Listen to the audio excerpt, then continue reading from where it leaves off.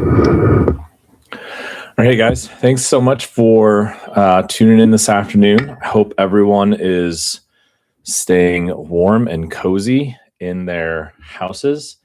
Hopefully you guys can hear me and everything okay. If you can't, please let me know in the chat. Also, if you are not already subscribed to this channel, I would really appreciate it if you hit that subscribe button. We're committed to posting weekly, at least for the time being. Potentially that's going to increase throughout the club season, depends on how things go. But we are definitely committed to doing that. And if you guys are watching and using this content to help you with your recruiting process, we would love for you guys to commit to us in that way by hitting that subscribe button. That's going to help us do more going forward. So please do that. And we'll get started with some Q&A. I've got a poll going. I've got a few things that I'm going to talk about to start based on some conversations I've had recently with club directors and college coaches and things like that. So I'm going to dive into that. And then hopefully that will give you guys some time to ask some questions in the chat. And I will get to those as we get going. And then I also have a poll going, should be at the top of the chat. And just with some question ideas for you guys to vote on, and then I can start with those questions if you guys don't have any others. But if you want me to start with one of those three specific questions, I definitely can. So please put that up in the chat. So I did want to start. Last housekeeping thing before we get into the questions. I did a live last night, a huddle walkthrough, and it went mostly terrible because my screen went black for like 10 minutes, and I had no idea because I'm looking at the screen that I'm sharing and not the screen that's getting kind of pushed out there to YouTube. And so my screen was black, and I didn't know. Luckily, one of the club directors texted me to tell me that, and then we were able to fix it at least for a little bit. But I figured out what the issue was and kind of why the screen was going blank. And so after this Q&A is over, depending on when we get over, at 2 o'clock this afternoon, I'm going to do another huddle walkthrough. So please hop in so you guys can see how to make a huddle, highlight at least kind of a basic, simple one. You can get some of the ins and outs on how to make a highlight video, but that I've got scheduled on the channel for 2 o'clock this afternoon. I'm not going anywhere, and so I'm going to be here most of the rest of the day, and then tomorrow and Monday. I heard school at least in Frisco is already canceled on Monday. That's what I heard a little bit ago. So, but we'll go ahead and dive into questions. So the first topic that I wanted to start with, and like I said, as you guys have questions, if you have questions, please throw them up in the chat. What I wanted to talk about was some of the differences between Division I and Division II. Now, this comes up a lot. There's almost an immediate impression that Division I is better than Division II. Better athletes, better coaching, better facilities, more money, and kind of on the surface, that might seem true, but it's really not. In the grand scheme of things, there's a lot more difference between Division I and Division II than just the levels. Is there a difference between Division I and Division II? Yes, there's totally different levels. The structure for those athletic departments is significantly different. In general, there is more money at Division I schools, again, in general, because they have more money going to scholarships as a whole. So as someone who coached Division II and Division I both, one of the biggest differences that I saw as I stayed at the same school and we transitioned from Division II to Division I, one of the biggest things was travel. Our kind of conference bubble went from mostly day trips to our opponents across most of Texas and a little bit further. From Division to Division I, where our travel schedule went way further. Our athletes missed significantly more class as a Division I program than as a Division II program. And that basically came down to scheduling. Did we have more scholarship dollars? Yes. Did we put a ton more money into the institution? Not necessarily. Okay, so that's just one piece of the difference between Division One, Division Two. The other thing that I talk about when it comes to the different divisions is we don't go from the last place team in Division One to what I say the worst team in Division One to then the best team in Division Two. There's not that kind of exact sliding scale. There's way more overlap than I think a lot of families and athletes really understand. And I like to say, in general, right, the top 25 Division Two programs in the country are beating the bottom half of Division One, like from 150 on, for sure 200 on. I would argue that you can make that case. And so, is the volleyball at Division One, because Division One is a spectrum, is it always better than the volleyball at Division Two? No, and that's not necessarily true. So when it comes to picking like Division Two, Division One programs, some of that process for you needs to come into play, right? Do you really want to miss a lot of class? Do you want to travel for sometimes days to get to your opponents? Every conference is structured a little bit differently, but those are some things to think about. The other thing that I wanted to mention when it came to Division One, Division Two, when I went from a Division Two coach to a Division One program, our kind of mentality shifted. Okay, so Division Two coaches, where we were set up, we were trying to make it to the top 8 in the region, so that we could turn around Pennsylvania to White. That is a long trip. So that we wanted to be at top 8 in the region, so that we could make it to the NCAA tournament with the goal of like winning the first round, winning the second round. Like our goal was to get as far into the NCAA tournament as possible. Did we want to win our conference? Sure. But our conference was pretty competitive. We knew if we could finish like top 2 or 3, we had a really good shot of making it to the regional tournament. And then again, we got to be in the top 8 of that region, making it to the regional tournament, and then going to the NCAA tournament. That was our goal. Our goal was to get all region players. Our goal was to get all American players. That was what we were trying to accomplish as a Division Two program. As a Division One program, if you are not in a Power 5 school, if you are not like Creighton, okay, and there's maybe a couple other mid-major Division One schools that are not that are a little bit of an outlier. Your goal is to win a national championship, or go deep into the second round, just like the Division Two programs that I'm talking about. For every other mid-major Division One conference, for the most part, your end goal is winning your conference, because that is your only chance to make it to the NCAA tournament. So like Division Two, we could finish 3rd or 4th in our conference and potentially still make the NCAA tournament. For Division One, if you're outside of those Power 5 schools, your only chance to get into the NCAA tournament is to win your conference. And so your focus is win your conference, and then potentially you're getting bounced in the first round by like a Texas or an A&M or a Florida or whoever, right? So your goals completely shift. As a mid-major Division One head coach, I'm not trying to have all region players, not necessarily have all American players.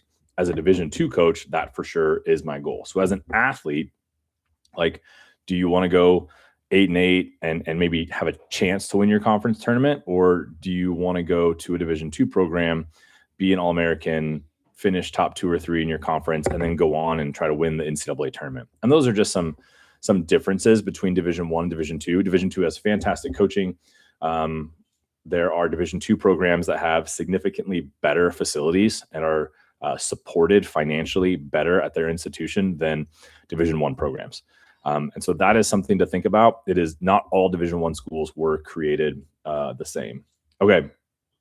So a lot of people or at least the 3 people that voted are asking about how do you write an email? Okay. So I've got, there's several videos on this channel, on my YouTube channel, specifically talking about emails. Okay. And so I encourage you to go watch those. There should be a playlist for emails. If there's not, I will try to make one. And then the other thing that I will nudge you to is we have an app. PRI Volleyball has an app with all of our resources, all of our downloads. YouTube videos are on there for free. And then all of our other resources, all of our other downloads, all of our other content is on the app for you guys to go look at. And it takes you step by step, emails, creating your list, texting college coaches, getting on the phone. We talk about social media a little bit. And then there's, phone call prep. There's a bunch of stuff on there for you guys. So I will encourage you to take a look at that app. I'm actually going to share that in the chat here real quick. So you guys can take a look at that if you would like. So when it comes to writing an email, I'll let you dive into some of those videos a little bit more, but in general, especially your first email, keep it short, keep it simple. Okay. College coaches do not want to hear your entire life story, nor are they reading your entire email. Like that's the biggest thing that I think is important for athletes to understand, is that these college coaches aren't reading your whole email. They're reading your email until they get to your film link. They're clicking on your film link and they're watching your film. So your film is significantly more important, in my opinion, than your email.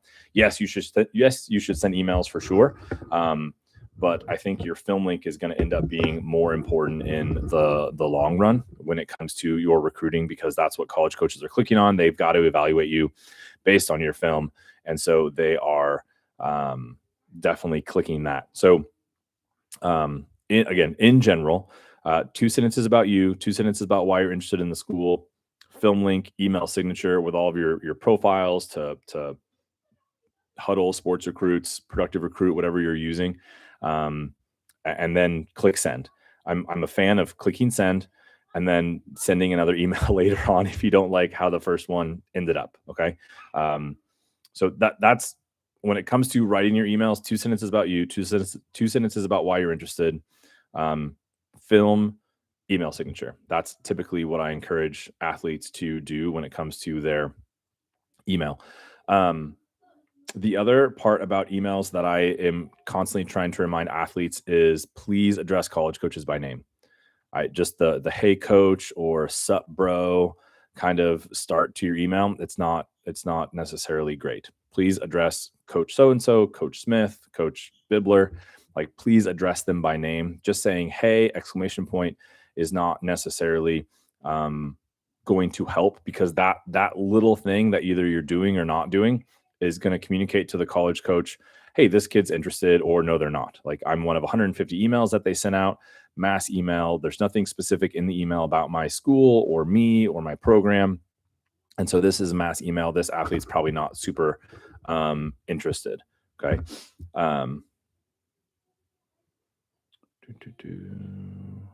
What age do you really need to start the process? It looks like Michelle's on answering questions for me, which is great. Yeah. So, I mean, typically freshman is the earliest. Just the way that the college recruiting cycle kind of works at this point. Really, if you want to start as an 8th grader, I'm not going to tell anybody no. I'm not going to tell you no, but freshman year should be plenty of time, as long as you're using your resources and sending emails and trying to get in front of college coaches. Then that's fine. You can get on coaches' radars that early as a freshman. For usually younger than high school, I typically tell athletes, have fun, be coachable, get better, be a good teammate, and love volleyball, right? Like, if you can do those things your 7th, 8th grade year, then by the time you get to high school, you'll be fairly recruitable. Okay, what do we need to start? How do you respond to a coach who emailed you asking for your club schedule? Send them your club schedule. Hey, coach, thanks for reaching back out. Thanks for responding. Here's my club schedule. Boom. And you can either type it out. You can do a Instagraphic that maybe you're posting on social media. I did a video on that too. It is important, just because you send a school your club schedule, which you definitely should do. You still need to remind them that you're playing this weekend. Okay. So out of all of our athletes that have sent emails to college coaches saying, hey, here's my schedule for the club season. Can't wait to, have you watch me play, something like that. Every single one of them should still be sending an email like now, like Monday, prior to the tour stop in Dallas. Okay. So just because you send your schedule doesn't mean that college coaches are always going to just remember. And sometimes we get this notion that, like, I posted it on social media, so now I don't have to do it again. Right. And I even do this too, right? Like I talk about university athlete, I swear, several times a month, and maybe I need to do it more than a couple times a month. And addressing college coaches by name, just stuff that we have to, regularly remind people about. What else do we got here?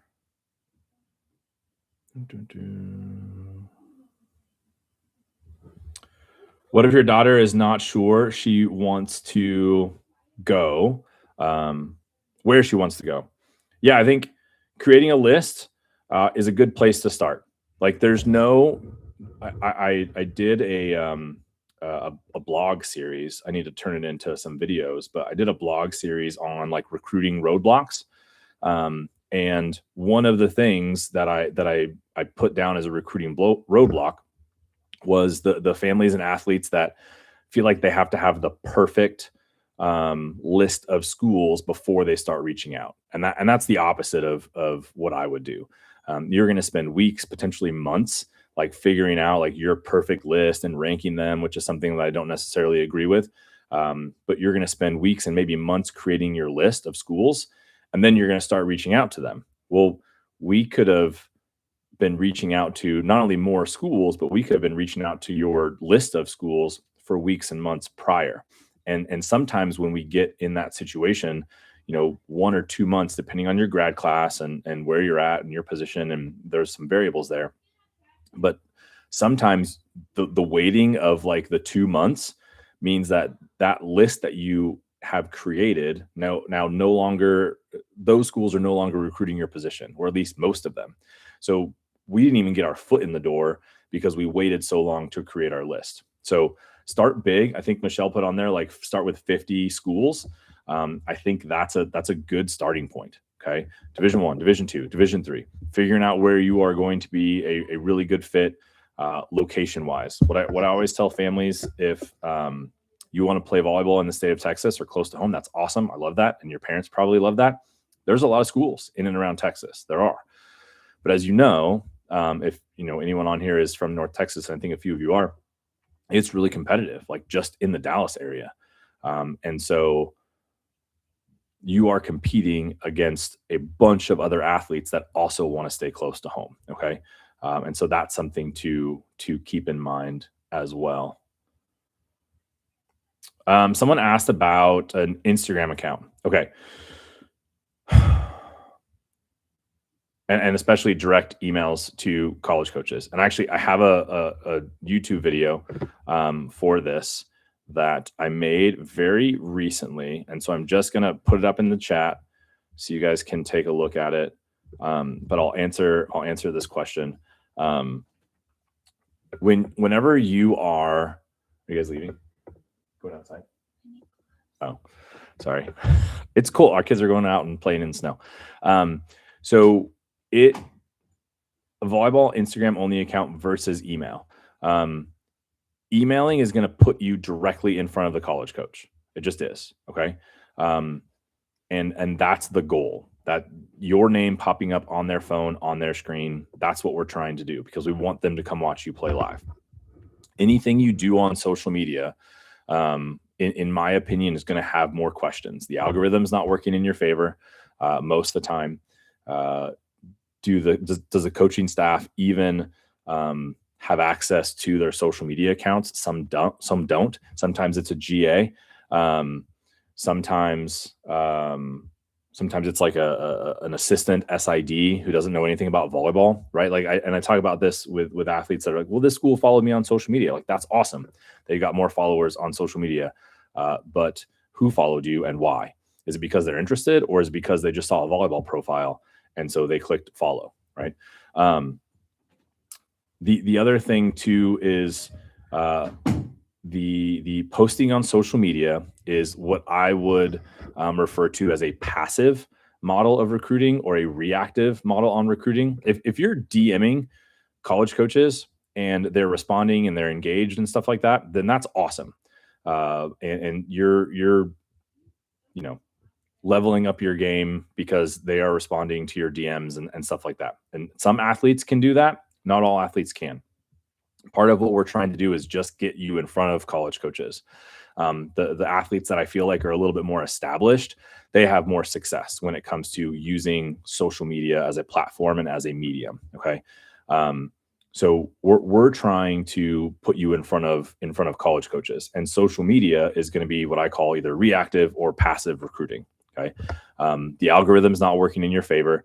I know lots of college coaches that have personal and like professional Instagram accounts, and sometimes they just want to break and they do their doom scrolling on their personal account, not necessarily on their social media account. The other thing that in the age of like NIL and valuation and stuff like that, this was several months ago at this point, but I think I looked, I had on Instagram, I think I had like 50 or 60 inactive accounts that were following me on Instagram. And I went through and like either unfollowed them or deleted them as followers or something like that. Half of them were volleyball accounts. Half of them were like Instagram only volleyball accounts. And so if you aren't, I don't necessarily think that recruiting via social media is the best way to do it. I think email, putting yourself directly in front of college coaches is the best way to do it. And so if you are using social media as a tool to try to get in front of college coaches, I just don't think it's going to generate the traffic and I don't even care about traffic. It's not going to generate what you think it's going to generate for you. I think direct contact to college coaches is the best way. On the NIL valuation side, like in today's world, as an athlete, you should be using social media to increase your brand, to increase your following, right? And not everyone's kind of tilted that direction as far as social media. I know I'm not. Like, I don't post selfies. You guys probably follow me on Instagram. You know, I don't post selfies. It's not my thing.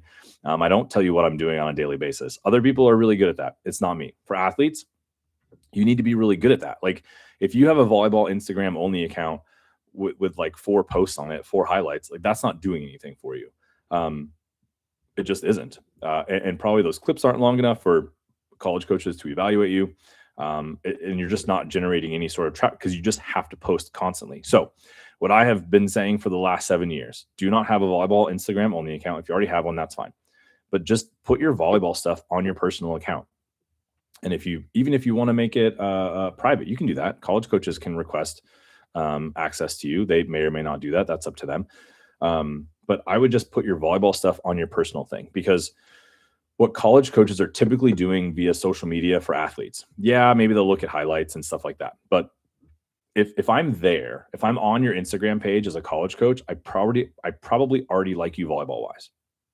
Okay. And that's why I'm there, because I'm on Instagram. I already like your film. Okay, this kid can help me win, right? We're answering that question. This athlete can help me win. And so I'm going on your Instagram account to see if I can learn anything else about you, right? And if you only have highlights on your Instagram account, I can't learn anything about you as a college coach. If you don't post on your personal account, I can't learn anything about you. But I'm going on your Instagram account to go, okay, what else can I learn about this kid? Does she have good friends? Does she like to hang out? What does she like to do in her free time, in her spare time, right? That's what I'm trying to learn something about you. And I've been saying this a lot the last year at least, has been who you are as a person is almost as important, if not more important, than who you are as an athlete. Because the physical metric, can you help me win? I'm going to go find the athlete that's going to help me win 100% of the time. That's my job as a recruiter, as a head coach. I'm trying to win, right? Like, I'm going to find the athlete that's going to help me win 100% of the time. Okay. You cannot, if you can't help me win as a college coach, you can't email your way into that list. Right. If you are only 5'9" and I need a 6'2" middle blocker, like your work ethic and how hard you work and as many privates, it's not going to change that. Okay. So as a college coach, I'm going to go find the athlete that I am looking for that's going to help me win metric wise, physically. From there, then I've got like 2, 3 athletes that I'm looking at. Okay, now I'm going, how do you interact with your college coach? How do you act with your teammates? What makes you like interesting, or what makes your intangibles stand out, and how is that going to benefit our program? Like what else do you bring to me? Like again, the metrics are going to be there. I'm going to go find the best athletes that are going to help me win. What's the metric? Okay. All right. I see Michelle's answering a lot of questions. Thank you, Michelle. You're awesome. Camps. It's a good question from BS V-Ball. I don't know if that's, yeah, BS V-Ball. I have in our app, in our online program, I have a 30-minute spiel where I answer every single camp question. Every camp question that I get asked every single year, I have, it's a 30-minute video, and I answer every single one of those camp questions. Okay. I talk about the money grab stuff. I talk about the signing up for camps too early. I talk about all of those things. Any question that I get every single year is in that 30-minute video. That right now is only in our online programs, in our app, and on our website or stand store. And maybe Michelle can put the links up for that. If you want to deep dive into camp and get all your questions answered about camp, I would definitely point you in that direction when it comes to the idea of money grab. So here's kind of my base line thought on the money grab thing. If you want to go get trained, if you want to go get some good coaching, if you want to go get some good reps, if you want to experience and interact with college coaches face to face, and you want to see campuses, there's lots of different camps you can go to. Okay.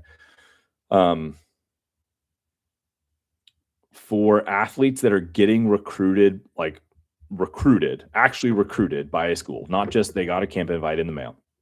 For athletes that are going to these camps because they're highly recruited by the school, it's not a money grab for them, right? For everyone else at that camp, I mean, we could maybe consider a money grab. That depends on what you're trying to get out of it. If you're trying to get recruited at Baylor, and so you're going to Baylor's camp, Baylor's got 80 kids there at their camp, and they're recruiting maybe 3 of them, right? And this is what I said years ago.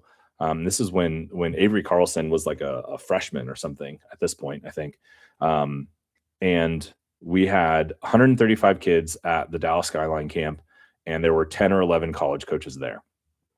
I can tell you without any sort of reservation, 10 of those 11 college coaches, because one was like an NAIA coach from Oklahoma, 10 of those 11 college coaches were there to interact with Avery Carlson. Out of 135 athletes at the camp, 10 college coaches, they're there to watch one kid. Okay. So does that mean that camp is necessarily a money grab? I mean, again, it just can depend on your perspective. Okay. So you have to figure that out kind of for yourself. These third-party camps, right? I know a lot of people will kind of label them as money grabs, and that's, and I can understand that. But I have had some athletes be successful going to a third-party camp, and it's very unique situations, right? Like, I want to go play in the Northeast, and so I'm going to go to this exact showcase in the Northeast. There's a bunch of schools up there that I normally don't get to interact with or see because we're not doing a qualifier up there. And so then they go to that camp, and there's college coaches there, schools they're interested in, they get to watch and evaluate that athlete. Otherwise, that's not happening. Okay. And you get 3 or 4, maybe 5 college coaches that you're interested in the same place. They're, they've had some interaction with that athlete before. That's on my list of things to do. Prior to camp, I've got a couple of videos about showcases and camp experience on the YouTube channel that you can go watch to dive more into that. But there are situations where sometimes camps are good. the best spot to get a list of schools. So we have, if you're talking about a needs list, we have a needs list in our app, in our online program that you can access as part. We update it 3 times a month, so you get access to that list when you join the online program or you join our PRI volleyball app. If you're just looking for a list of schools, there's a couple resources that I typically point to, and I actually have another video about that as well. But there's a couple ones, like you can, if you have Sports Recruits, you can go use Sports Recruits and do a kind of filtered search there, based on region, part of the country, what you're looking for in a school, things like that. We use, I think Michelle mentioned this, we use Productive Recruit fairly heavily with our one-on-one athletes, and that has a search piece to it as well, to where you can go in and filter location, region, size of school, things like that. And so that's got a good filter tool.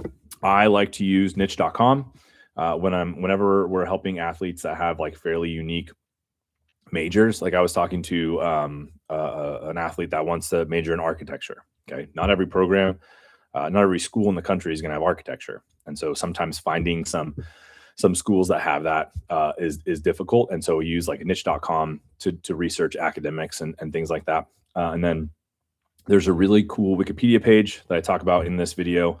I think if you Google NCAA conferences, then there's a Wikipedia page that pops up that going to give you every single conference in the country. And so you can find some schools that way. And then there's actually a Wikipedia page. If you Google athletic programs in Texas, there's a Wikipedia page that's going to have Division I, Division II, JUCO, Division III, NAI. It's going to have the whole list of athletic programs in the state. And there's one of those Wikipedia pages for every state. I use those all the time. And there was something else I was going to say. Oh, not all of them are going to have volleyball. And so you just have to kind of look and see and make sure that like the program that you're looking up actually has volleyball.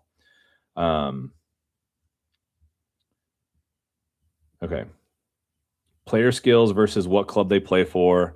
How do college coaches think about that? Are they recruiting club or players? Sometimes there are coaches that filter through the club. Okay. They go, these are the best clubs. The best clubs are going to have the best athletes. Okay. And that's, I would say in general, kind of a college coach's mindset, especially the top Power 5 college coaches. There's some outliers there. I remember watching a match like in American, and I saw like Trent and Susie standing on opposite sides of the court on this court. And I'm like, why is K-State here watching this like nobody match in American? And then I saw this set go up to the right side, and she jumped like, you know, her shoulders are above the net and just crushed the ball. And she was, you know, small town kid. That was the club that was closest. And so she was a baller, and she went to K-State. I don't know how well she did, but she was getting recruited by K-State, and that's why they were there watching American. So again, the only question that college coaches are asking when it comes to recruiting an athlete is, can she help me win matches? That's it. When they have that vision, they're not looking at the club. They're not looking at even the teams that you're playing against. Okay. And so if you can help a program win and be successful, then that coach is, sorry to say, they're dumb if they're not recruiting you just because you play at like a different club. Okay. That's not one of, you know, the bigger clubs in the area. And I think we're actually planning on talking about this a little bit more on Sunday in a live that I'm doing, talking about that topic.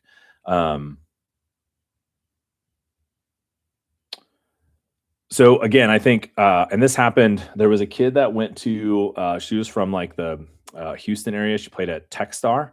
And I remember walking by that court, and I'm walking, and I see like Florida, Georgia, Marquette. Gosh, who else was standing around? Like there were some other like big Power 5 schools. I'm like, what are these? And I had gone down to watch like a pin hitter. And so I'm at this court, and I'm like, what are these guys doing down here? Like, this is weird. The club director told me to come watch some of these kids. And if these kids are playing here, like then that's weird. And so I'm watching warm-ups, and I'm like, okay, none of these kids are good enough to play at these programs. So like what's going on? And then the setters switch, and it's a 6'2" redheaded setter from that area who's like jump setting these balls, and then she goes and hits on the right side, and she's just crushing it. And they were all there watching her. Okay, and she was like Techstar is a small club, right? Um, and again, if you can help an athlete, if you can help a college coach win, they're going to watch you. They're going to evaluate you. Okay. Um, Let's see.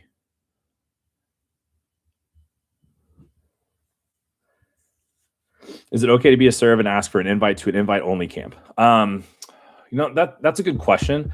I don't necessarily buy into the invite only stuff. There's a little bit of that happens with some programs in some schools. Mostly, there's several Power Five schools that do that, mostly in the SEC, from my experience, where they're sending out invites. Um, where they're sending out invites to um, specific athletes, where like camp registration doesn't open until this day. They're doing some sideways stuff to make sure that the kids that they really want at that camp are going there. But those are they don't happen a lot. And I think like when it comes to camp, this is something I talk about in that video. But when it comes to camp, if you come to my camp, if I'm a college coach and you come to my camp, I'm like, sweet, she's interested. Because as a college coach, you chose to come to my camp. You can go to 8 other schools' camps, but you chose to come to mine. And so now I know and I assume that you're interested in us because you came to our camp. So even if you ask for an invite only, like I don't know if there's a bunch of programs that really do that. And just club versus college, right? Like college recruiting is not club recruiting. It's not. And I kind of try to disassociate any connection between the two. And I don't do any club recruiting in North Texas. I stay out of that. I just do the college stuff. So the invite only thing is not something that happens a ton. There are specific camps that college coaches would like you to come to. They are asking their preferred athletes that they're actually recruiting to come to specific camps. But really it's you need to go to camps where you're getting recruited, where you have an opportunity to play, where those college coaches are pursuing you, right? Like getting one camp invite in the mail from Oklahoma, like doesn't necessarily mean they're recruiting you. Okay.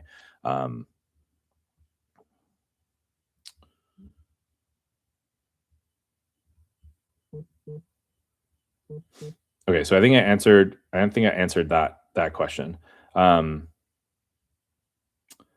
NTDP, how does that work?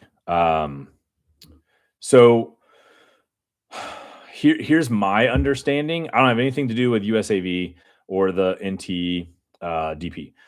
My understanding is that the majority of those kids that are getting flagged for that group by college coaches. It's because they feel like those athletes are the top athletes in their class and going to play at top tier, probably going to go play at top tier programs. And so that's how those athletes are getting into that group. That feedback is coming from college coaches. That's my understanding from the college coaches that I've talked to and interacted with that are kind of part of that group that are like coaching those athletes and things like that. I don't know if it's necessarily exclusively that, but I do think that it is in part coming from college coaches. That's been my understanding. And I've had some parents ask that in the past. And I think that's kind of relatively the response that USAV gave. Get on college coaches' radar.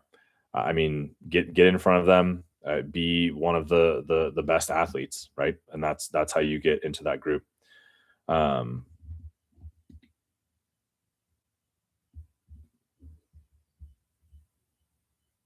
Yeah, outside of that, I don't necessarily have an answer to the training program, the national team stuff. Okay, let me go back to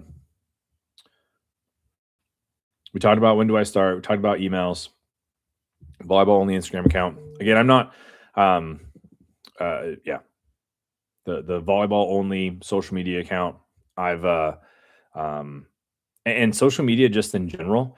I have yet to have a conversation with a college coach that went like this. Hey, Jason, I really like Susie, but she doesn't have a volleyball only Instagram account. And so we're not going to recruit her. Never had that conversation. Just like I've never had the conversation that goes, um, oh, her social media presence, like she doesn't really have one. And so we're not going to recruit her. Like that's not a thing. I think for the most part, college coaches are like, hey, good for you. Like, you don't have social media? Great. That's awesome. Good for you. Um, it's just, again, I would use social media as a way to, um, communicate to college coaches just more about you and who you are as a person and what you like to do in your free time. Like one of our kids that I feel like was pretty successful with her social media stuff. It wasn't because um, she was like highly recruited or like posting all like tons of videos. It was, she liked to do a lot of community service, and she would post about it because that was something that she was interested in and doing and helping other people and just a great heart. And so she posted about doing that kind of stuff, and then college coaches see that and they find out more about her, right? Like it's whenever, if you get to the point where you're having phone conversations with college coaches, typically you're not talking about volleyball. And I know that's kind of weird for everyone to understand and realize, but the last thing that I want to do as a college coach is get on the phone with you and talk about X's and O's or your technique and stuff like that. I don't care. I'm on the phone with you because I like you and I'm interested in you helping our program. So I'm trying to figure out, again, who you are as a person. So like, I mean, I would get on the phone and talk about like football if they told me they like football, and they like watching football. I'm like, hey, like, who's your favorite team? Who do you like to watch? Did you watch this game? Right? Like talking about that kind of stuff. I had an athlete who we started talking, and she was watching. So one of the questions I used to ask athletes on the phone: tell me what you like to do in your free time, and you can't say hang out with friends, and you can't say watch Netflix. Okay, so those are my two like stipulations. I Tell me what you like to do in your free time, and it can't be either of these answers, right? And I got really interesting conversations with athletes doing that. But I had one athlete that we started off every phone call with. She would tell me what episode of The Office she had seen from that week, and then we would talk about it, like our funniest parts and things like that. And so we just got to know each other. Like, what makes you laugh? What's funny? What are you enjoying most about the show? Okay, and that it was kind of silly and stupid, but I got to know her really well. And then like when you go on a visit, uh, and you're meeting a college coach face to face, like you have actually something to talk about more than just volleyball. Okay, the volleyball stuff is less important.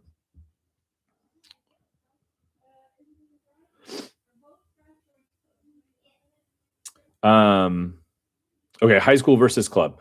Uh, Unfortunately, for a lot of athletes, they don't really get to.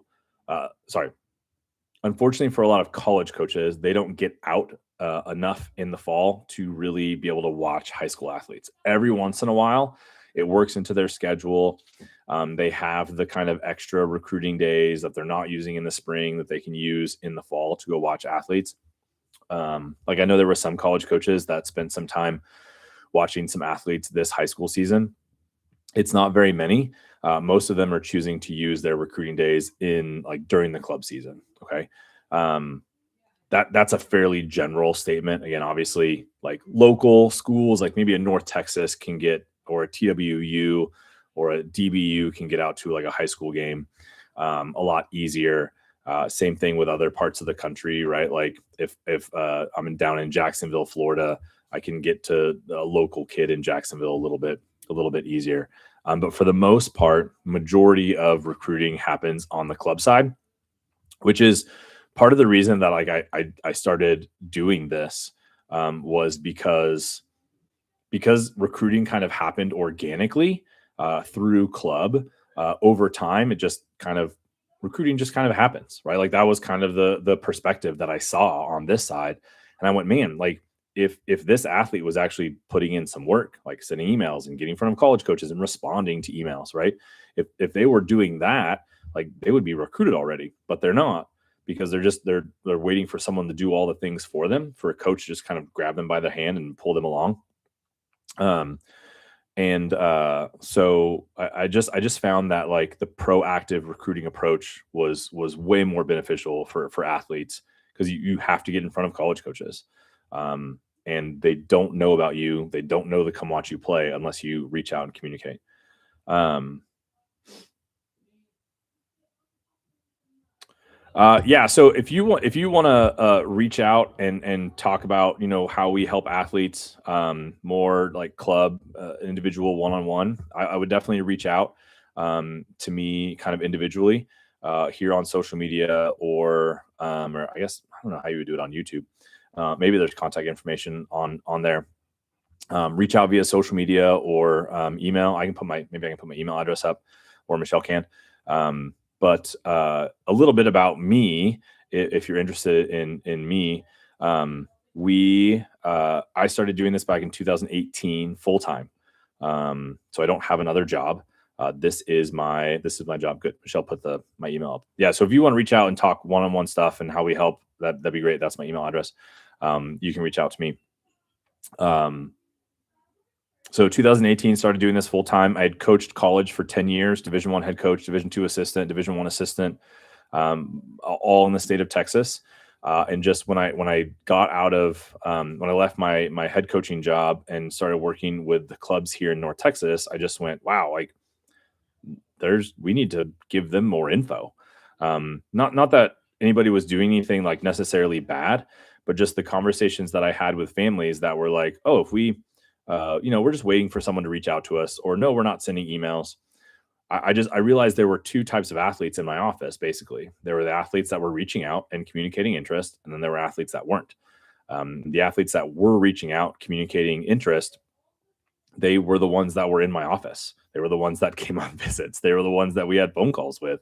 Because we were very proactive in our recruiting approach, but for us, there were tons of athletes that we could pick and choose from, to help our program get better. And so we weren't waiting around for anybody. We were very aggressive with our recruiting models and very proactive. And we went after the athletes that we really wanted. And if they didn't respond or didn't engage, then we just moved on to the next one. No harm, no foul, right? Like I'm not looking for 5-star athletes where I was. Some schools are, and I get that. That's kind of a different world, but I just noticed there were a lot of athletes kind of just waiting and hoping that they would do something awesome at the same exact time that a college coach walked by their court and stopped to tie their shoe and looked up and like, oh, you just bounced the ball on the 8-foot line. Like, cool. Maybe I'll stand here and watch you a little bit longer, but that's not typically how the recruiting process happens.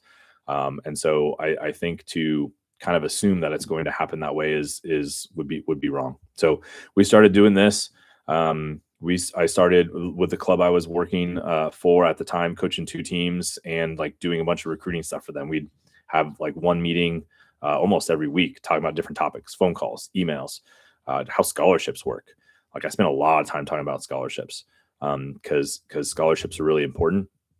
Like if you're the family of a libero, I've got a libero scholarships video you should go watch.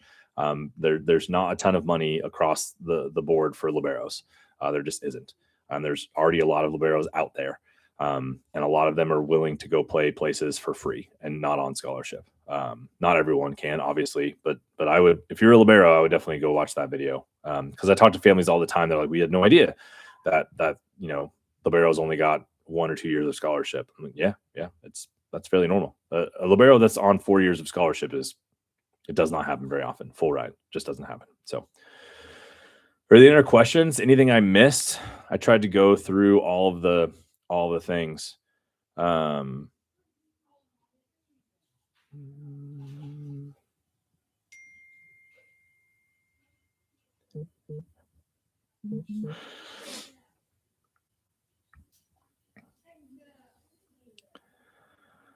right. Well, hey, thank you guys. Thank you guys so much for hopping on this Q&A. We are going to do, like I said, in about 40 minutes at 2:00, we're going to do another kind of live walkthrough with huddle stuff. and hopefully my screen will not go blank like it did last night. I think I've got it fixed. I figured it out. Took me a couple run throughs, but we're going to do that here in about 40 minutes or so, right? Yeah. 2 o'clock, we're going to do that. So if you are interested in coming back and doing huddle, then definitely chime in for that. Alex asking about scholarships. I've got another video. I think I have another video, but talking about scholarships. Scholarships can be kind of a long discussion, and I don't want to drag everyone into the scholarship discussion. But when it comes to scholarships, I'll be kind of quick. You shouldn't assume that there's a full ride really anywhere. And some of the times I talk to families that are like, hey, I want to play Division One because I want to play Division One because I want to get a full ride. It's like, well, that's great. But you can get quite a bit of scholarship at Division Two, potentially have a better experience, potentially play a little bit more. And so having that kind of figured out, I meet with every one of our club teams. And one of the things that I tell them is you need to figure out how you're paying for school because it's probably not going to be a full ride. Just statistically, there's way more athletes not getting full rides than there are athletes getting full rides. And so that's just something to think about and consider. And the way scholarships work now, it's different than in the past, even at Division One. And so that's something to consider. But maybe that can be something we talk about on Monday a little bit more. So today at 2, we're doing huddle walkthrough. Tomorrow night, Sunday night, we're doing a small town, small club, kind of like here's some things that you need to know. Here are some suggestions for you as far as your recruiting process, things you need to do. We're gonna be doing that on Sunday, and then I don't have anything scheduled for Monday, but I'm probably gonna do one because school's already canceled, and so I'm probably gonna do another live and answer some more questions, or we'll do some specific topics and something like that. Trying to keep me here, yeah. Well, and again, if you guys have any other questions, feel free to reach out. Like I said, we can start maybe Monday. We do a Q&A live and we start talking about scholarships a little bit. I feel like scholarships are a little bit boring, but it is important it's an important topic to talk about. And again, everyone's situation is a little bit different. But yeah, D2 NAIA, they give scholarships. D3 does not. So, and obviously Division One does. But thank you guys so much for chiming in and listening. And I will see you here in a little bit for the huddle, and hopefully see you tomorrow. And then check out the rest of our YouTube channel. Again, if you aren't already, please subscribe. Check out some of the videos on our YouTube channel. If you are trying to find a specific video, or if you have a specific question that maybe we don't have answered, or you can't find the answer to, let us know so we can put that content up. But please check out the PRI Volleyball app. That link was in there. We have a bunch of resources on there for you guys and access. So thank you guys so much. Have a great rest of your day, afternoon, and weekend, and stay warm and stay safe.